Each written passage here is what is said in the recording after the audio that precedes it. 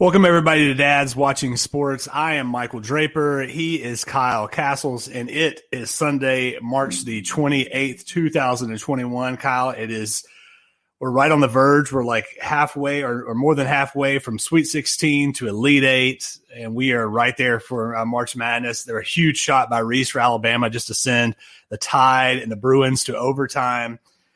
It's been a wild tournament, and we're looking forward to a wild remaining part of the tournament, and we're going to get into that a little bit later in the show. Plus, Kyle, we had our 64 March Madness moment bracket, and Kyle, in this show, we're going to get down to the Final Four. Are you going to finally tell me the Final Four moments? So, what we're going to do, Kyle? So we posted on Twitter, and we'll get into this in a little bit. We posted on Twitter. We have poll results. But we also have a special guest joining us here in just a second, and we're going to let him vote as well. And if those results are split, then you and I will send on the winner to the Final Four, and then we'll talk about the Final Four and preview that for an upcoming show. But how are you, sir? I'm doing well. No more. I mean, last week, I don't know if I even mentioned this. Last week, I had a sick kid and a sick wife, and I just got back from California, and so – we're all healthy now. All healthy. It's a good time. I'm not lying. It's a good time. And for those of us in the Middle Tennessee area, escaped some pretty rough storms over the past couple of days. I know we were out of town, and I was deathly afraid that I was going to have hail damage, and luckily there has not been any, which is fantastic. So what's the flooding? So for those of you that don't know, Michael and I, we live on opposite ends of the same county. I've got roads right around my house that are shut down due to all the flooding. Y'all got a lot of flooding down on the southern end? No, we're pretty good our way. So everything seems to be pretty good. We came back from the lake this afternoon, and everything was wide open. So, but definitely thoughts and prayers and everything out to everybody that's been impacted by that. I know a couple of people lost their lives in the flooding. Yeah. So definitely want to mention that. So Kyle, we got a great show. As I mentioned, it's Sunday the 28th, and we are right in the middle of March Madness. But Kyle, we're also right on the cusp of Major League Baseball, and we're going to have a special guest join us here in just a second to talk through that. But as always, we're broadcasting live on the Off the Ball Network, and special thanks to all the guys there. And Kyle, we're presented by Manscaped. We'll get into that a little bit later on the show, and we're going to try not to. We're going to make it through that live read this week. I have a good feeling. We'll make it through it. Whether we make it through it with a straight face or not, we'll see. But as always, check us out on Facebook, Twitter, Instagram, everywhere you can, and give us a rating and review. Hit that subscribe button if you're downloading the podcast. If you're checking us out on the live feed here on our Facebook page or Off the Ball or wherever you're looking at, shoot us a comment. We want to hear your interaction. We want to get with you throughout the show and find out what's going on and what your takes are on everything that we're talking about. So go ahead and hit us up with a comment, and we'll bring that on in the show. Again, Kyle Castles, Michael Draper. We're excited to be part of Dad's Watching Sports. And Kyle, we've got a great guest this week. I'm really excited about having him on. He is Ryan Fagan. He is the senior MLB writer for The Sporting News. And so we're going to bring him on now. Ryan, how are you doing, sir?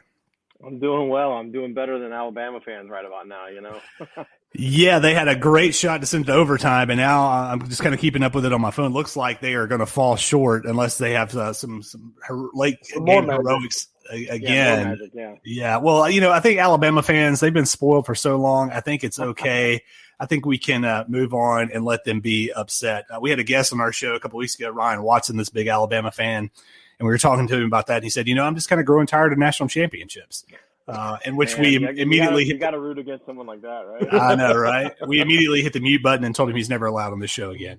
So Ryan, again, thanks for coming on. Before we get into dad life and Major League Baseball and even the little NCAA tournament, just tell us a little bit about yourself and about your family and kind of what you guys have going on. We have one little girl. She's 2.5.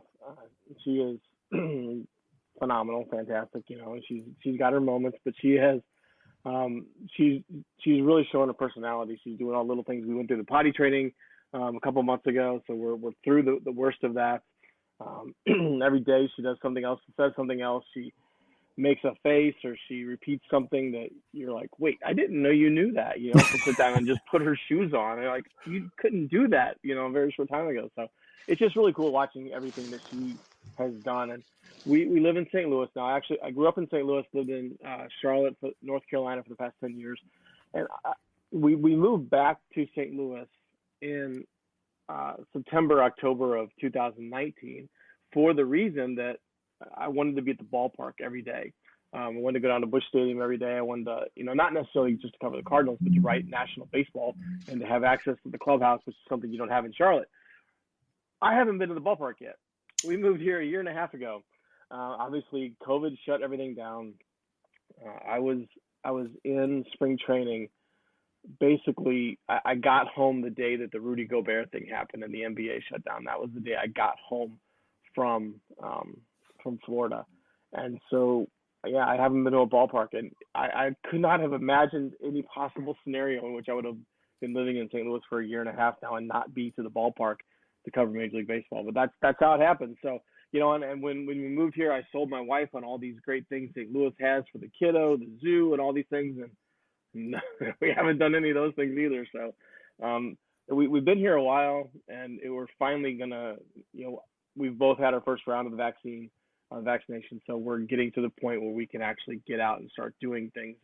And that is very, very exciting. Absolutely. We're all kind of in that same boat as well. And Yeah. just ready to get out and go to a sporting event. Like earlier this week, we have a new MLS team here in Nashville, the Nashville Soccer Club, and they released their schedule. And I was like, oh yes, like here we go, because they had their inaugural season was last year. Kyle and I, you and I went to the opening game last year, and then Atlanta United, right? And that was it. And that was it. And so, we're just ready to get back to normal. Well, tell us about dad life. You see, if you got a 2.5-year-old, you talked about the new stuff that just kind of happens, and that's going to continue to, like, every single day, your mind's going to be blown. But just tell us a little bit more about that and just how that's been going. It's awesome. It's one of those things that every dad knows, every mom knows. It has its moments where your patience is tried. You didn't get a good night's sleep, and then because the kid was up. But it really is just kind of, you don't think about those things, like today, we went over and had dinner at my brother's. He and his wife, they've got a couple dogs, they've had the first round as well. And she was interacting with those dogs and just belly laughing the whole time. And there's no better sound in the world than your kiddo just as happy as can be. And so, these are things. I mean, I'm 45. I was 43 when we had 42 when we had her. My wife's a year and a half younger. But so, a long time in life without that is kid-free people. And it was an adjustment, but it's hard to remember what life is like. And I know that sounds cliche. It really does. And I'm rolling my eyes at myself as I'm saying it. But it really is true. You just don't think of what life was like before then. You remember snippets, you remember the good stuff, but man, it's really been just the coolest thing. Yeah, I understand that. And I think one of the best things about having kids, and I got three. I got a 6-year-old and a 4-year-old little boy and a 1-year-old little girl. And so I'm especially with my 6-year-old, I'm really starting to find where he's starting to find time to actually sit and watch a little bit. His name is Wrigley, so the only time to be in Busch Stadium is actually when the Cubs are in town. Other than that, you don't want to go anyways. I get that, yeah. But just this past Friday, where he goes to school in kindergarten, they do Flex Fridays with all the COVID stuff just to get kids out of the building a little more. And we were sitting at home and watching a Cubs spring training game. And so the idea of like passing down that fandom, like his name is Wrigley. Yeah. He says he's a Cubs fan. He'll tell you Javi Baez is his favorite player, but he's finally sitting down and watching a little bit. Yeah. So is there anything about, I understand your daughter's real young, but are you already trying to push her over to the dark side into that red and white stuff? Well, I'll be honest. I've been doing this so long as a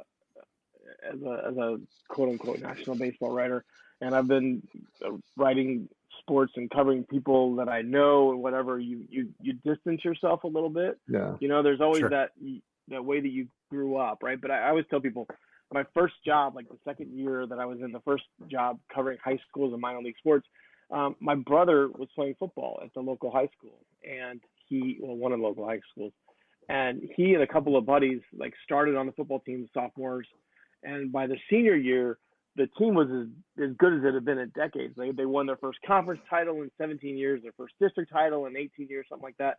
So I always said, if I could look at and cover those games in an objective manner, you know, a professional team doesn't matter. It doesn't matter. You know, you can step back and look. And what I'm doing right now actually is kind of more indoctrinating her into fishing and my love of that right now. And you know, I've taken her a couple days this last week after I pick her up from daycare. We stopped by there's a little park right there, and you know, we catch a couple of, she calls it fishies, and you know, it's great because we'll catch one and then she'll look at it and touch it and then like look at me and go, catch another fishy.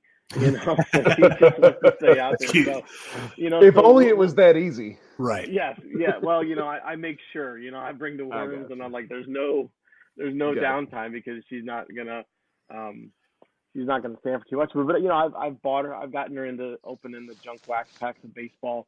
You know, she loves to do that. She's off it a little bit right now, but you know, I found like the old Fleer, like the 88 and then like 90 and 91. It's not great sets, but they've got the stickers in it. So we'll open the packs and she'll hand me the cards and she'll take the stickers and put them all over her face or my face or whatever. So, you know, there's just a little bit of ways you're trying to, you know, without doing too much, you show them, here's how I think you'll enjoy this. And then we'll work on the other stuff later. Right. Absolutely. I totally agree. I mean, we've got my kids, my boys at least into card collecting, and they got their little binders with their little plastic sheets. And you know, my 6-year-old Wrigley, he's a Cubs fan. His brother is Jack, and we didn't actually do this, but we tell him this because Wrigley was actually named for Wrigley Field. So Jack needs a baseball name, and his mama's a Dodger fan, so he's a Dodger fan, so he's named for Jackie Robinson, and we just go with it, right? Nice, yeah. But so they trade Cubs for Dodgers. Nice. It works out well. That's awesome. Yeah. So I totally get that. So we're looking at last year just being, you know, completely wiped out with COVID, and then we had a weird 60-game sprint and playoffs and whatever. Yeah. How different was it covering the game last year versus, you know, previous years, and hopefully how different it's going to be this year? It was, you know, I mean, it was bizarre. I mean, it really was. You know, I mean, first of all, I didn't go to the ballpark. You know, it's the first time. Right. I mean, in my life, it's the first time since maybe I was 2 years old that I didn't go to a ball game during the regular season. And I still went to the couple of spring training games, so I guess I didn't get shut out completely. But you know, I mean, it's different. You know, part of the beauty of covering baseball is the pregame access. You know, you have a chance to go in and talk to guys about whatever you want to talk to. If they're there, you know, some teams are better than others about being there and being available. But, you know, you have that time, and that was gone. You know, there wasn't a chance to get one-on-ones unless you were tight with the media relations people, because everything they did was on Zoom, which was great because you didn't have to be at the ballpark to get access to those interviews, but there were no exclusives. You know, it just didn't exist because if you asked the question of somebody, everyone got the answer. So that was a little bit different.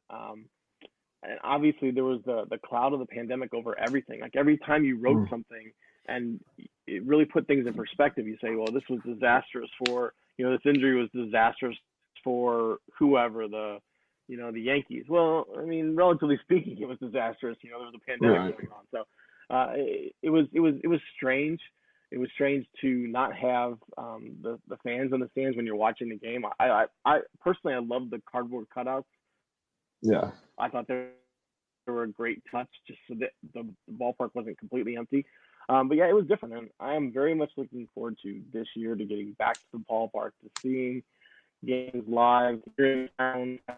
I've always loved the first couple games you go and you just watch batting practice and you hear the sounds and you hear the glove popping and you hear the people talking. And I'm very much looking forward to that. You know, the Cardinals have their home opener on April 8th, which is the day that I'm scheduled for my second dose of the vaccine, which is 2 hours away from St. Louis because the rollout here in Missouri, that's another story. So I'm hoping to set up a morning appointment so I can drive the 2 hours to get it, drive the 2 hours back, and then go to the ballpark that night, and hope I don't feel too bad after the second one because I've heard that one's a doozy. Yeah, and you kind of alluded to this and talked a little bit about this, but fans in the stands, and obviously we didn't have that last year. It's something that you mentioned about. It's something that you're looking forward to. We talked about it as well. It's just something that as a sports fan you look forward to. I know every MLB team is more or less going to have a kind of a different stance in terms of what they're going to allow in the stadium and how many fans. But what do you expect that to kind of look like just as heading into the season and throughout the regular season with fans? I would imagine that the attendance is going to ramp up. The capacity is going to ramp up pretty significantly to the point that I feel confident by the end of the season, ballparks, at least some of them, maybe most of them, will be at or near full capacity. I think that there'll be a lot of them at 50% capacity within the next couple of months because, I put together kind of a primer, and I haven't updated it in the last week or so, but just what every ballpark, what every team is doing, and it has all to do with the city and state guidelines and county guidelines wherever they play. So it's been around, some of them are only 1,000 or a couple thousand people at the ballpark. Others are at 25% or 30%. The Rangers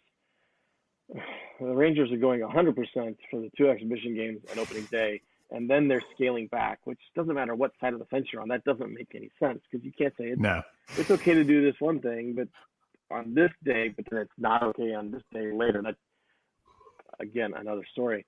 We could do a whole thing on tangents that I get off on, but I'll try not to do that. So, it's going to be interesting. I think it's going to be, when we get to the point that most people have the chance to get the first round of the vaccine and then get the second round, and then it becomes when you're not able to infect people that don't want to be infected. I think that's when it becomes to the point that you can start to open up the capacity to 75 to 100%. So.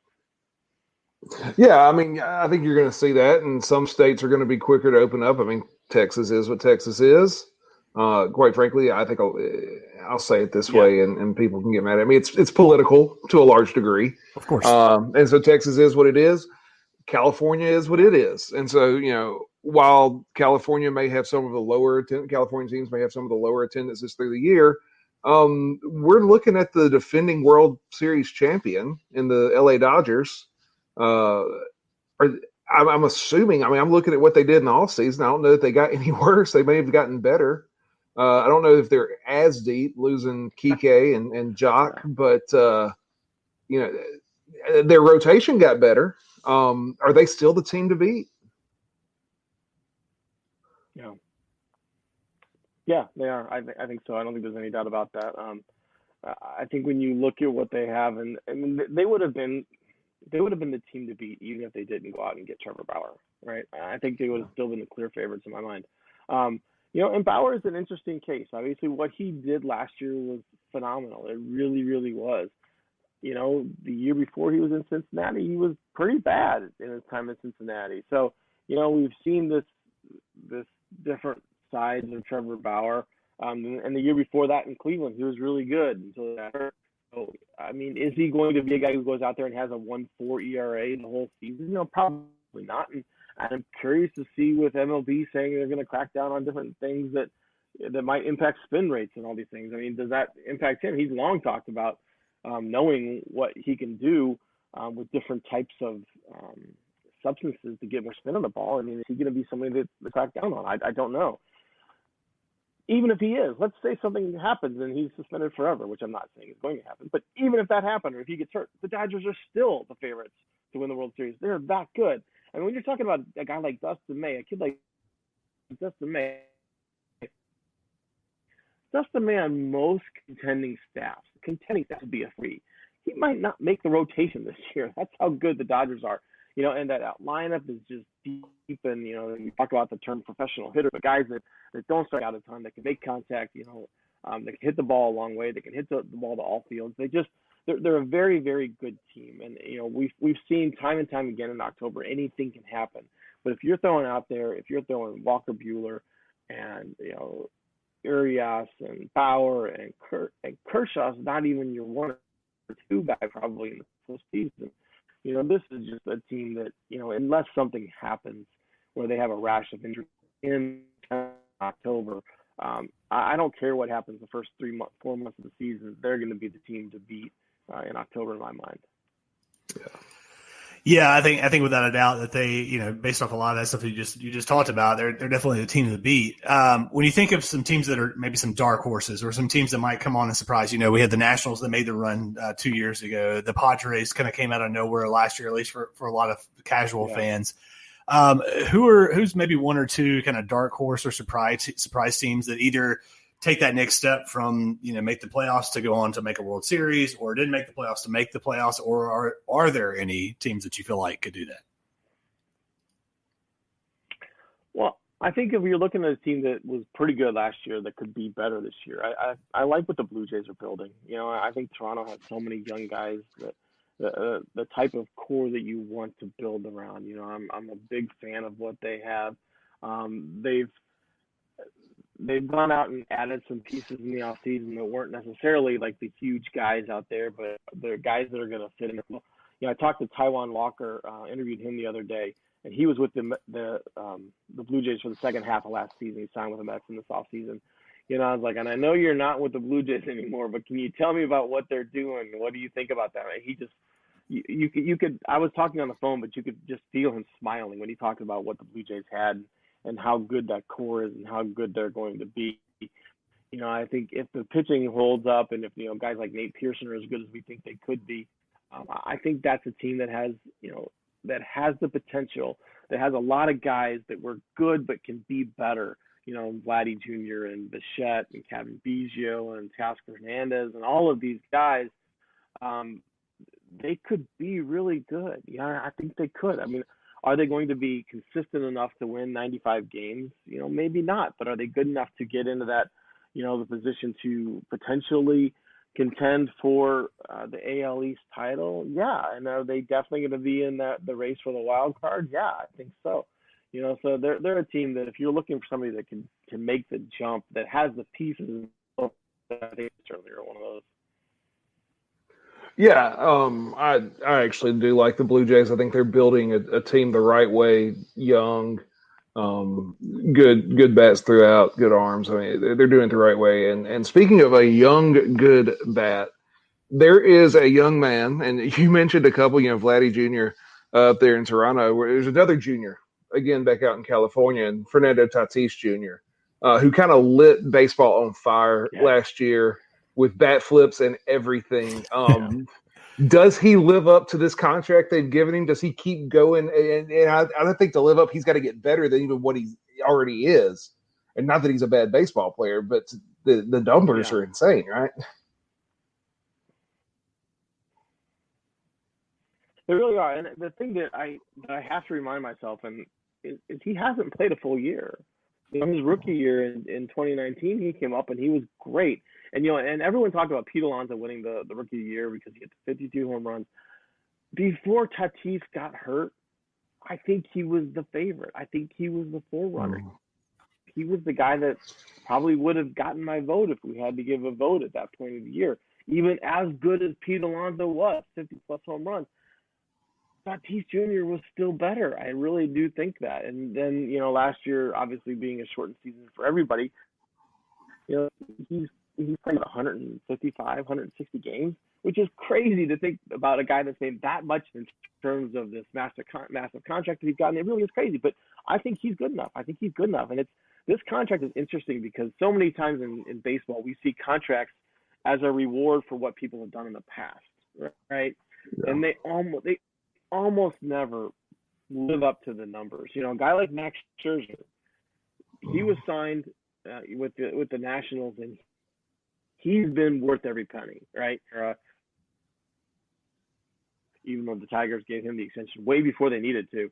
But Cabrera and Albert Pujols, guys that were paid, salaries in the future based on what they did in the past. The Padres are paying Tatis Jr. what they think he's going to be, what they believe that the scouts say and what they've seen with their own eyes, that he's going to be that superstar. So they're basically paying Mike Trout, the guy that can produce like Mike Trout. And I love it. I think that that's the way that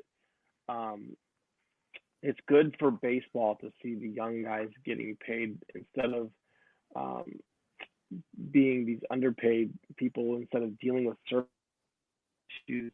That's the kind of stuff that it's good for owners' bottom line, but it's not good for the sport. I really think that it's not. So I was glad to see him sign that deal. I was glad to see Carlos Correa decline the offer that the Astros gave him. So yeah, I think it's good. I think he's a superstar. If he stays healthy, he is absolutely going to be worth the deal that they gave him. Yeah. Well, there's another guy that would like a new deal, but I don't. He would have liked to get paid when he was younger, and it hurts my heart to even say it, being a Cubs fan. But Chris Bryant, I mean, we're looking at a 2-year slump now. It feels like, and I think there's still problems in the wrist. I think there's still problems in the shoulder. But I mean, it was a 60-game sprint, and we were out early in the playoffs. Can he put it together this year, or is it? Do we think Chris Bryant is not what he probably could have been, pre-injuries?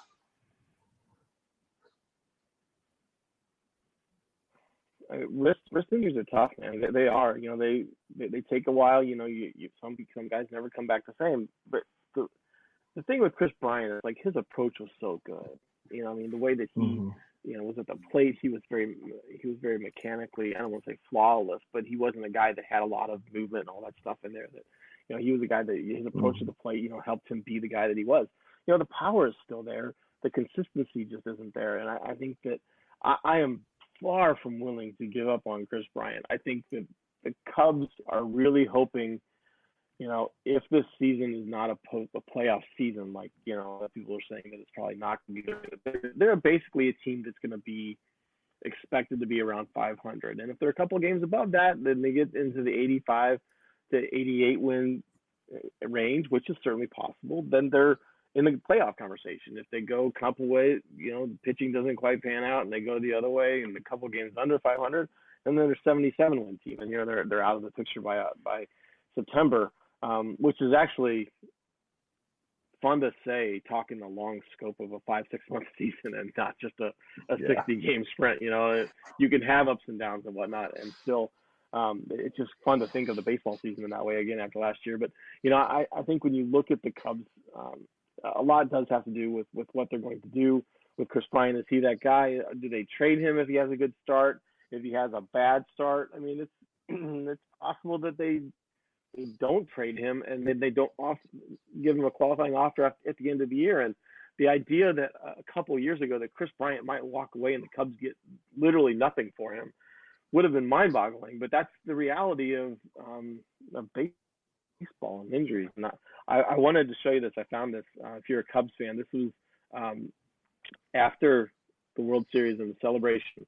Right after, this was my favorite picture I've taken. It's I just put my camera up and took a picture of the Cubs celebration, and just happened to catch Jake Arrieta standing there with a Budweiser, kind of in the middle of it. And that was, I looked back at my phone afterwards. I found that picture. I was like, oh wow, that was really cool. So yeah. And now he's back. Yes, and now he's back. Yeah, that's. I mean, I hope. I mean, I like Jerry Arrieta. I like watching him when he's good. That year, when he won the Cy Young, I actually had a Cy Young vote that year, and that was not easy because he had a great year. Zach Greinke's ERA was never above 2 the entire year. Most years he would have been a shoe-in, a unanimous candidate, and then Clayton Kershaw had a great year too. So, that was one of the more tough decisions that I've ever had when it comes to having some sort of vote, be it at the end of the year, the Hall of Fame, whatnot. Yeah. Absolutely. All right, Ryan, before we let you go here, we're going to shift gears really quickly. We are in March. You also write about college basketball. Yeah. We just had a number 2 seed go down, Alabama lose. We had Oral Roberts make their run to the Sweet 16. We've had some upsets. We've had Gonzaga look like they're unbeatable. What are just some quick thoughts that you have on the tournament, or maybe kind of what you're looking forward to the rest of the way? Well, Gonzaga is a team that's it's just a joy to watch. They're so good. I think, is this the best team that Mark Few has ever had out there? Probably not. I don't think it is, because, and that's not a knock on this year's team, but it's because he's had some really great teams that that just for whatever reason haven't gotten it done in October. See, I'm talking about baseball playoffs. That haven't gotten it done in March and April. But this team just seems to have a little bit of everything. You know, they're so good. They didn't play great against Creighton, and they still won by, 16, 18 points. They still shot like 70% on 2-point field goal attempts today, and they didn't play great. You know, so I think that it's going to take a phenomenal effort for somebody to beat that team.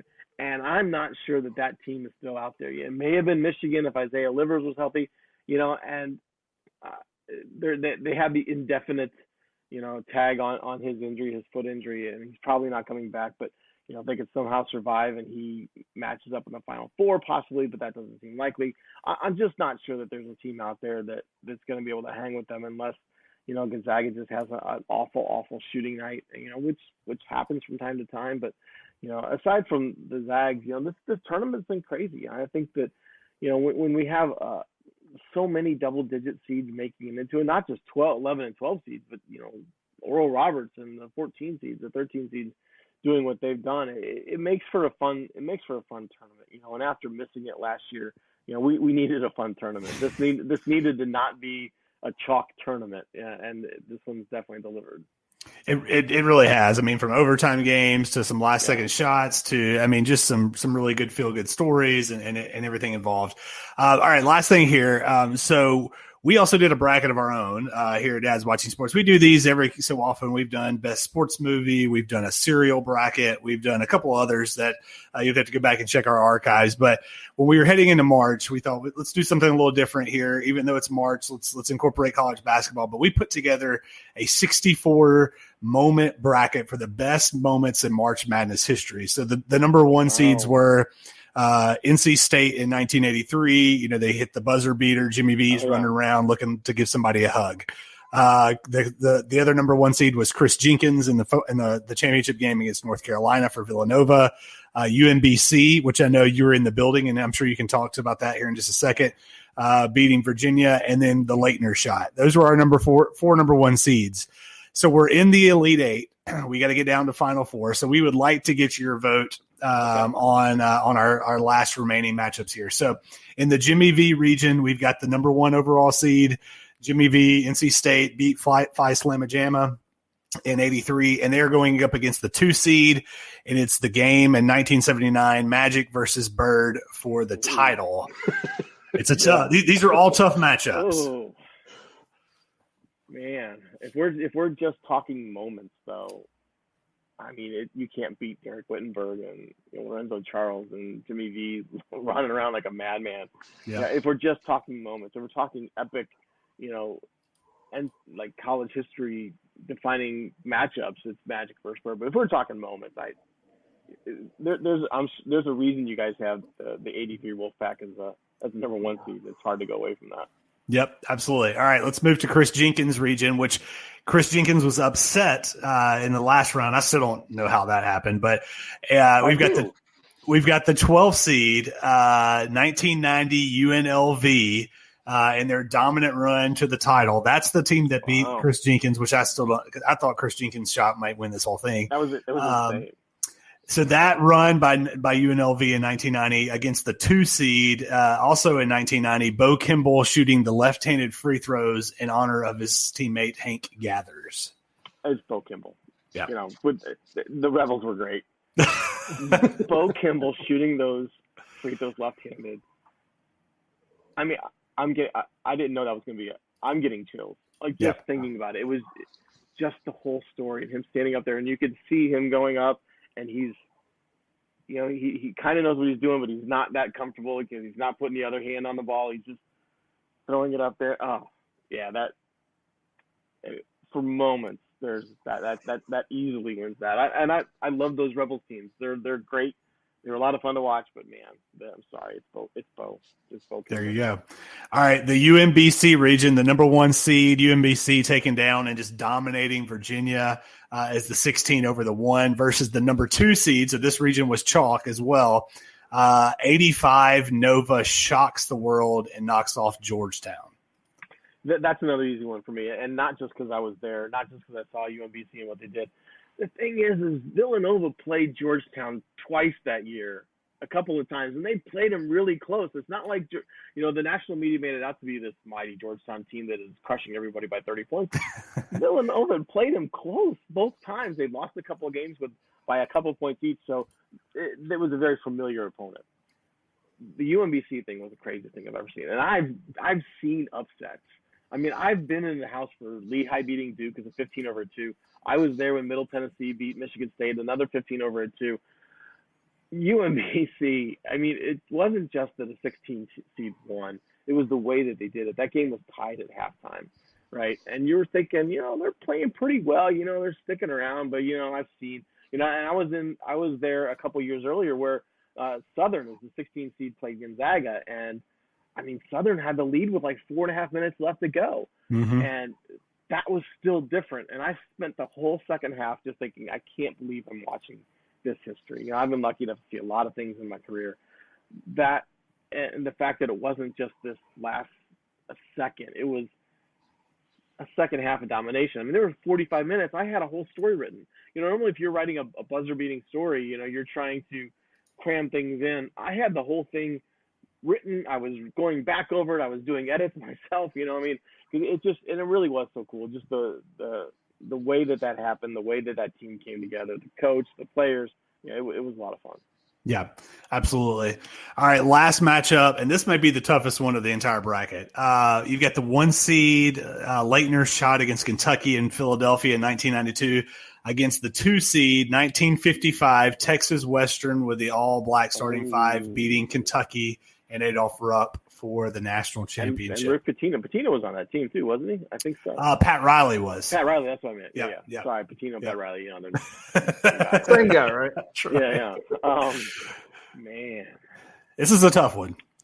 That's tough because, again, you're talking about the difference between like a history-making, like earth-shattering foundation and change in the way things are versus arguably greatest shot until Chris Jenkins did his thing. Right. Man, I'm glad the code doesn't really count. That would be tough. So we'll go with the 55. We'll go with the Texas Western, and just because of what it meant, what it showed a country, and it may not have had the individual moment, but like the gravity of that moment, I think you got to go with that one. Absolutely. And Disney made a movie after it, about it. So Glory Road, right? Is that what Glory Road. Yep. Absolutely. So, all right, good deal. Well, we'll see how those stack up against our Twitter vote. And if Kyle later on in the show, if we need to break the tie to go on to the Final Four, we will do that. But man, Ryan, thanks so much for joining us. We had a blast talking MLB, college basketball, dad life, and the like. So thanks for joining us on Dad's Watching Sports, and we look forward to seeing your coverage of the NCAA tournament the rest of the way and Major League Baseball this year. But just quickly tell everybody where they can find out where you have your stuff. Sportingnews.com and at Twitter I'm at Ryan Fagan, RyanFagan. I used to have an underscore, but I muscled my way into the one without the underscore. So all one word. Nice. Yeah, that's why I post way too many baseball cards on there and talk about the other things too. But that's where I am mostly. But the stories are all on sportingnews.com. All right. Well, Ryan, again, thank you very much. We appreciate it, sir, and best of luck with you and your wife getting to watch some baseball in person this year. Yes, thanks. Enjoyed it, guys. All right, absolutely. All right, Kyle, we're going to go to a break. When we come back, we're going to talk some NCAA hoops, and we'll get into our March Madness moments bracket. We'll be right back on Dad's Watching Sports. Big news in the Dad's Watching Sports podcasting world. You've heard us mention it on the show already. We are now part of the Off the Ball Podcast Network. We're super excited to be joining the team of great shows, hopefully adding a little dad flavor to the mix. You can check out Off the Ball Podcast and Off the Ball Network on all your social media sites. Just search Off the Ball Network. And while you're there, give them a like and a follow. You won't regret it.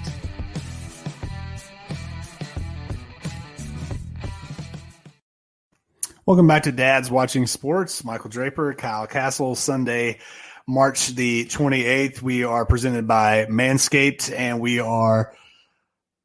here we are, Kyle. We are here. Here we are. That was great. Ryan was fantastic. Yeah. And I mean, obviously he does this for a living. He writes about college basketball, about Major League Baseball. He's a wealth of knowledge. I could see you geeking out with all the baseball talk. And so special thanks to Ryan Fagan. Again, check him out on Twitter at Ryan Fagan, or go to the Sporting News and you can see all the great stuff that he has written over the past little bit in baseball and basketball world. All right, Kyle, speaking of basketball, let's talk a little tourney talk. But before we do that, Kyle, it's my favorite time of the show, and it's time for Monkey Knife Fight. It's a daily fantasy sports gaming website for the casual sports fan that is simple, fun, and easy to play. Users determine which superstars are competing in the day's professional sporting events will record more or less than the contest line provided. MKF's daily fantasy prop games, Kyle, play similarly to salary cap-based DFS games, but without the algorithms. We don't like the math. No math. Lineups, and most importantly, Kyle, there's no sharks. There are several contests to choose from, none of which require hours of research, like for a PhD, required on competing sites. Start with a simple 2 for 2 or go for the highest payout 100 times and higher by selecting an 8 for 8 more or less contest. You can get started right this second. Go there right now by entering a 100% instant match bonus up to $50 with the promo code off the ball. That is Monkey Knife Fight. Very, very exciting, Kyle. It's very exciting. Anytime I can talk about Baby Shark and no math, it's a good night. It is a great night. All right, Kyle. So speaking of a great night, we just witnessed UCLA having a great night. They went on to blow Alabama out in overtime. I believe UCLA scored 20 points in overtime and won that game by 15, I believe it was, or maybe been 10. But UCLA moves on to the Elite Eight. We have 2 Pac-12 teams in the Elite Eight, and then you've got USC and Oregon who are playing right now. So we're going to have 3 of the final 8 teams, Cal. 3 of those teams are going to be from the Pac-12. Never would have thought that. Yeah, I mean, we can talk about the NCAA tournament all you want, but just real quick, because I'm a Mississippi State fan, and you claim to be sometimes. Can we just talk about how I paid him enough money? I have to be a Mississippi State fan sometimes. Can we just talk about Mississippi State getting to the finals of the NIT with a 17-16 record coming in? Okay, there. I said my thing. Look, this has been a fun tournament. Look, I do think we might be sleeping on Michigan a little bit. I mean, they put a beating on Florida State today. They did. I didn't think they would be doing that. So we'll see what happens moving forward. But Michigan looks really good. Gonzaga looks like the best team in the country, obviously. Ryan talked about earlier. It's been fun. We've had upsets. We've had a lot of the double digits going and winning games that nobody thought they should. So. It's been a fun tournament, right? It has been. Arkansas carrying the load for the SEC the rest of the way. I mean, Arkansas is good. They got by the hair of their chinny chin chin with Oral Roberts last night. As soon as he released that ball, I thought, man, that thing is in. And it just barely went off the rim, and Arkansas held on. That was a great game. Yeah. But so you've got Houston, Arkansas, Baylor, Oregon State. They all got in yesterday. And then, as we mentioned, UCLA, Michigan, and Gonzaga. And then we'll have the winner of Oregon and USC to round it out. So you look at those teams, Kyle, and I know we've got specific matchups, but Houston, Arkansas, Baylor, Oregon State, we'll say UCLA, Michigan, Gonzaga, and then USC or Oregon. Out of that group, are you taking Gonzaga or the field? Gosh, dog. Here's the thing. I want to say that, but I'm afraid of Michigan. I'm not that afraid of Baylor. Earlier in the season, I thought Baylor was going to be it's going to be Baylor Gonzaga, and they were going to kind of walk their way through, make everything look like a cakewalk. And Gonzaga's kind of doing it, but what Michigan did today, I don't know what it was. Just watching them play, they move the ball well. They're good at getting into the paint and then putting it back out and hitting threes. That's kind of the way they're built. With some height, I got a 7-footer in the middle. That Michigan team is scary, quite frankly. So Gonzaga or the field? I gave you an answer, didn't I? You said maybe Michigan. That's what I got out of that. It's difficult. Sure, I'll take Gonzaga over the field, but I'm probably wrong. I'm sorry, Gonzaga fans. I've jinxed you. But here's the thing. I don't think you're wrong. I mean, they're just Man, they're good. I was kind of surprised that Ryan said he didn't think that was their best team. I mean, they've had some good teams, and they've had some teams that, frankly, got upset. They did go to the national championship game. I guess it was maybe 4 years ago, lost to North Carolina. Really probably should have won that game. But, man, they're good. They've got great guard play. They got the skilled big guy, Timmy, in the middle. He's got the handlebar. I mean, they're just solid. They play great defense. And they're also just kind of due. Like, I mean, Gonzaga's been doing this for 25 years, it seems like, where they're the lovable team, the Cinderella. Then they kind of became the powerhouse, but they never could get over the Final Four hump. Then they finally did that. Then they should have won the title maybe a couple of years ago. Mm-hmm. I think they're kind of due. So I'm going to take Gonzaga as well. But I think we're definitely in store for a fun rest of the way. All right, Kyle, we're going to go to one more quick break, and we'll be come back. Before we do, I just got to say one thing. Pac-12 fans, those of you that think like, oh, the SEC is not even good, like, look, here you go. You can have college basketball. We'll keep our college football national titles. Now you can go to the next read. No, that's good. I mean, well, and if you look, I mean, really, it's Pac-12 / West Coast. I mean, that's true. Gonzaga in as well. Then you've got the Pac-12 teams, and then let's see who else is in there. Well, Michigan's not West Coast, but you could kind of say Houston is kind of there. So, but anyways, we're going to go to a quick break, and when we come back, we will talk, Kyle, about Cinnamon Toast Crunch. They're back. They were the winner of the bracket, the cereal bracket, and they're back in the national spotlight. We'll be right back on Dad's Watching Sports.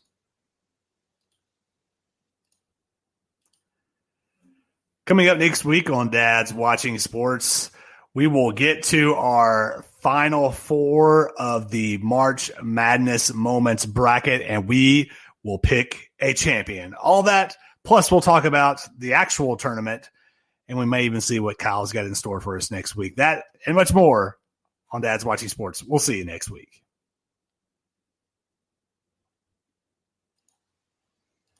And we're back here on Dad's Watching Sports. Michael Draper and Kyle Castles. Kyle, did you like how I threw in? We'll maybe see what Kyle has to say next week. I don't really know what that's about, but, it's okay. Okay, I was like, I'm missing something. Am I supposed to have something to say next week? You always have something to say, Kyle. So I'm always right. That's right. You are. Well, there's something about that you're just always right. Kyle, I tell you one thing that you have been right about in the past, and that's when you told me, a while back, you said, "Hey, Mike, I got something that I think you need to check out, and it's called Manscaped." Kyle, do you like Manscaped? Mike, I'm telling you, it's great. They got a little guard that makes it where it can't cut nothing. It'd be great for your back, brother. It'd be great for your back. It is good for the back. I've already tried that. So, Kyle, you can support Dad's Watching Sports. Did you know that you could do that by purchasing Manscaped? I've already purchased it. Well, I know, but you can purchase it again. You got a friend. I'm sure you got somebody that could use that. I'm sure I do. Support for Dad's Watching Sports is brought to you by Manscaped. Who's the best in the business below a man's grooming of the waist? Manscaped offers – Kyle, I don't write these things. I just read them. Manscaped offers precision engineering. This one's not even funny. I mean, the script is not even funny. Kyle is taking himself off the broadcast. He's on mute. All right, so Kyle, this one's not even funny. I'm gonna start this whole thing over. Support for Dad's Watching Sports is brought to you by Manscaped, who is the best in men's below the waist grooming. Manscaped offers precision engineered tools for your family jewels. They obsess over the technology developments to provide you the best tools for your grooming experience. Manscaped is trusted by over 2 million men worldwide. That's 2, Kyle, 2 million men, kind of like 2 things that you're cleaning up. We have an exclusive offer for our listeners, 20% off and free shipping if you use the code OFFTHEBALL at manscaped.com. Kyle, it's springtime. People are getting their old dusty lawnmowers out, getting ready to chop that yard up. The Lawnmower 3.0 from Manscaped comes inside their brand new Perfect Package 3.0, which comes with everything you need to keep trimmed, cut free, and smelling nice down there, Kyle. So Manscaped, again, special thanks to them for being a part of this show. All right, Kyle. Manscaped is great. I think we could probably talk them into sponsoring probably one of our brackets coming up. And if you remember correctly, Kyle, really kind of our most famous, most prestigious, most highly debated bracket that we've had was our cereal bracket. Oh yeah. And it was great. But it also kind of ended chalk. I mean, we had a lot of the 1s and 2s kind of making their way to the end, Kyle. And the number 1 overall seed in the tournament, Cinnamon Toast Crunch, went on to win the crown of Dad's Watching Sports best cereal of all time bracket. I mean, as it should have. As it probably should have. Yeah. But Kyle, Cinnamon Toast Crunch, it was in the news then. It was all over the press. Dad's Watching Sports, Cinnamon Toast Crunch bracket champion. Cinnamon Toast Crunch, Kyle's back in the news. This time not for same notoriety as it had when it was on this show. As you can see on the screen, Kyle, there was a gentleman who was pouring himself a bowl of the Cinnamon Toast Crunch. He was probably just salivating, thinking about the milk that's going to be left over afterwards. Mm-hmm. And the man pours it out, and you see it on the screen, Kyle, shrimp tails, along with some other items that we won't go into in his Cinnamon Toast Crunch bag, Kyle. So first question, do you believe that this is real and that those items and those shrimp tails were actually in his box of cereal? I mean, what can you believe on the internet, right? Right. Maybe. Sure. He took the picture. Why does he have anything against Cinnamon Toast? Sure. I don't know. Why are you asking me these kind of questions? Okay. Well, then second question then. If that was you open up your box of Cinnamon Toast Crunch, you're getting ready, pour it out. You see that, other things that may or may not have been in there with you. Do you continue to buy Cinnamon Toast Crunch? I think I do, and I'll tell you why. You know, I've kind of got this long-standing belief that, you know, you go to a restaurant and you see that they've received a D or a C on their grading, or a restaurant's been shut down for something, or, you know, now something's shut down for cleaning or whatever. Well, chances are the next time you go back to that, the next time they open up, that's going to be about the cleanest that restaurant's ever been.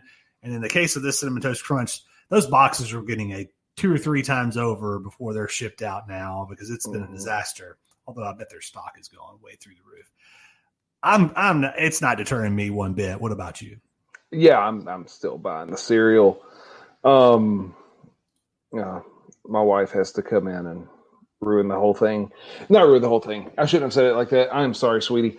But I just saw her comment on Facebook. Oh yeah, she does say terrifying for food allergy families. Of course it is. Well, yes. Yes. Look, here's the thing. It looked like to me, this is somebody who had some shrimp for lunch in the processing plant and had some stuff in their pocket they just want to get rid of. And it got into the wrong place. Yeah, I mean, it's not a good look. But it's not a good look. I'm still eating some Cinnamon Toast Crunch because here's the thing. How many boxes of Cinnamon Toast Crunch have been sold without shrimp tails in them? That's a good point.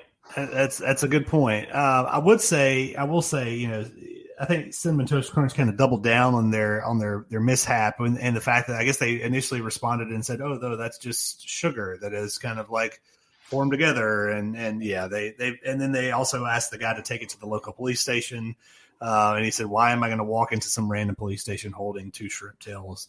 And be like, "Here, send this to General Mills." But Kyle, the last thing about the shrimp tails in the Cinnamon Toast Crunch, this guy is now. Before this, apparently it was some celebrity status. Before this, now obviously very very famous person because of this. But do you know what makes this individual the most famous? Why he is the most famous person? Because of something involved in his life. So I saw a headline. I didn't click on it because I don't care enough, quite frankly. Yeah. But I saw a headline that says he is in some way related, and I don't really know how, to what was her name? Danielle Fishel, the girl who played Topanga in Boy Meets World. Well, he's not related. He is married to. Married to, got it. Topanga. Who, for every boy in the 90s, along with Kelly Kapowski, was kind of the girl. Maybe that's our next bracket is 90s boy heart. Yeah, maybe not boy heart. You know what I'm saying? Yeah. Topanga, Kelly Kapowski, whoever. And the like. Yes. Yeah. I think having our wives help us build that bracket. Maybe they say, well, can you give us some criteria that separates a Kelly Kapowski from a Jesse Spano or somebody off of, I don't know, even Hey Dude or, whatever other show that may have Well, what's her name was on Hey Dude that ended up marrying Ben Stiller, Christine wife, Taylor. Yeah, absolutely. So, yeah. It's a good show. Hey Dude. Who thought that would have made this? Okay. All right, Kyle, we're running out of time here. So again, we're gonna as we often do, we're gonna punt our How Dad Are You segment to who needs next that? week. There's some really good stuff in there, and I want to get to that. But all right, more importantly, so we had our moments bracket, and we went through that with Ryan Fagan earlier. So just to recap, so Ryan had the number 1 overall seed, 83 NC State, knocking off Bird and Magic. He had Bo Kimball knocking off UNLV. He had UMBC knocking off Villanova, and he picked Texas Western to knock off Christian Laettner. So I'm going to compare that, Kyle, to the vote. We had many of you jump on our Twitter machine and give us a vote in all these polls. So what we're going to do here, Kyle, is we're going to compare the vote from Ryan along with the many fans from Dad's Watching Sports. If they are tied, in which I believe there's going to be a couple of instances in which they are, then you and I will have to collectively decide to do the tiebreaker. It'll have to be a unanimous decision amongst us both. Okay, we'll start in the Jimmy V region. So again, Ryan picked Jimmy V, 83 NC State title win over Magic and Bird. Kyle, wasn't even close in Twitter. 112 votes, and Magic and Bird, 63% of the vote for Magic and Bird. So that means a split right down the middle. So we got 1 vote for Fagan, 1 vote for Twitter. That means you and I have to come up with a vote to tiebreaker here, Kyle. Mike, do we even have to discuss this? Like, Twitter's wrong, right? Twitter is wrong, of course. Okay, yeah. I mean, this one's easy. We love you, our tweeters. Please. I don't know that I love you anymore. You can't be that wrong. No, we love you, Kyle. You gotta give a little love to the people that follow us. But we Tell love them to you. give the love back then. Give the love back in the form of Jimmy V. So Jimmy V. He's out there running around looking for a hug still, and Twitter's not giving him a hug. He's still doing it. He's looking for a hug. Maybe he'll get a hug in the Final Four because that's exactly where he's moving on. And he will face the winner of the Chris Jenkins region, Kyle. So we got 1990 Running Rebels against Bo Kimball. Again, Kyle, Ryan Fagan picked Bo Kimball because why wouldn't you? Twitter, with a lot of the vote in, Kyle, 56% of the vote goes to the Running Rebels, the 12 seed, making a surprise run to the Final Four over Bo Kimball. We went against Twitter already. Are we prepared to do that for a second term? He shot the first free throw of every game with his left hand for his dead friend and made every single one of them, and I get chills just talking about it. Come on. You can't argue, right? When Kyle's got the chills, we've got to go with that. I mean, I agree. I think we got to go Bo Kimball there as well. So Bo Kimball will move on in that region. So that's going to be a heck of a Final Four matchup. Bo Kimball versus Jimmy V. How we're going to be able to pick that one out? We got to guess? Like we can split ties, right? Yeah, we'll have to figure out something. Okay. Yeah. So last two here, UMBC region, the number 1 seed. Fagan chose UMBC over Villanova. Twitter did as well. 53% of the vote going to UMBC. So we're good there. UMBC moves on. And then, Kyle, probably the toughest matchup of the entire bracket. And the vote does not represent that at all on Twitter. So you have Laettner's 92 shot against Kentucky. Kentucky was on the bad end of both of these. Against 1955 Texas Western, knocking off Kentucky for the title, where they started the all-black starting 5. It went on to become Glory Road and had ramifications far greater than anything that we could discuss on this show. 72% of the vote went to the shot by Christian Laettner. 72%. And I don't know if enough people just didn't, Twitter really trends younger demographic. So most people probably just saw 1955. if I Google Texas Western, that school doesn't even they're not even called that anymore. No. I know a lot of people know the movie Glory Road, but 72% go for Leitner. Ryan Fagan went for Texas Western. That means you and I, Kyle, have to collectively do this. Kyle, I'm going to give an argument for one and see if I can get you on board with this. Yeah. This is a huge vote here. It's not easy, but I think if you were thinking like he is, kind of like we've said throughout this bracket, individual moments. What moment do people relive over and over and over and over again? When you think about the NCAA tournament, you think about the Christian Leitner shot.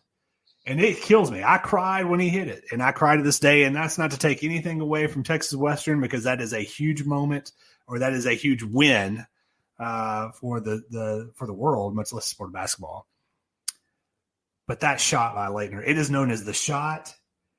That is known as the game. It is known as that is widely seen as the greatest college basketball game of all time. You've got the two of the 5 biggest college basketball programs of all time involved. Leitner was perfect from the field. Kentucky had come off probation. Patino's got him going. They hit the shot to take the lead. They don't inbound the inbounder. Great Hill goes on to a great career, throws a perfect pass. Leitner hits it. My vote is the shot with Leitner. Can I get you on board? Look, I understand. We're talking about moments. I totally understand your point. But that win in 1955 was a moment itself. And here's the thing. I get it. I get all of it. But when you're talking about a moment, when that buzzer sounds and you have that all-black Texas Western team beating Rupp's Cats, that changes the landscape of college basketball. From that point forward to today, we can trace it all the way back to 1955. The Leitner shot, when I think NCAA, I said this, I think last week, when I think NCAA basketball championship tournament, that Leitner shot's the first thing that comes to my mind. Mm-hmm. But that's because I wasn't there to see the 55 title game. Well, so let me put it this way to you. So this is a March Madness moments bracket. That win by Texas Western, again, I don't discredit anything you just said. You're absolutely right. But that is a college basketball sports world moment. That is not necessarily seen as a March Madness moment. The Leitner shot is a March Madness moment. That 1955 win could have happened in any tournament, in any sport, in any game. Leitner's March Madness is the Leitner shot. You're right. It could have happened in any sport, in any game, but it didn't. It happened in 1955 in the United States of America. You know, you're talking to the history teacher in me, right? You're talking about, look at the social issues going on in America in 1955 and the change that comes from it in the small universe of college basketball. And we're going to see it continue into all sports, and that's fine. But, yes, it could have happened anywhere. The Leitner shot, quite frankly, could have happened anywhere as well.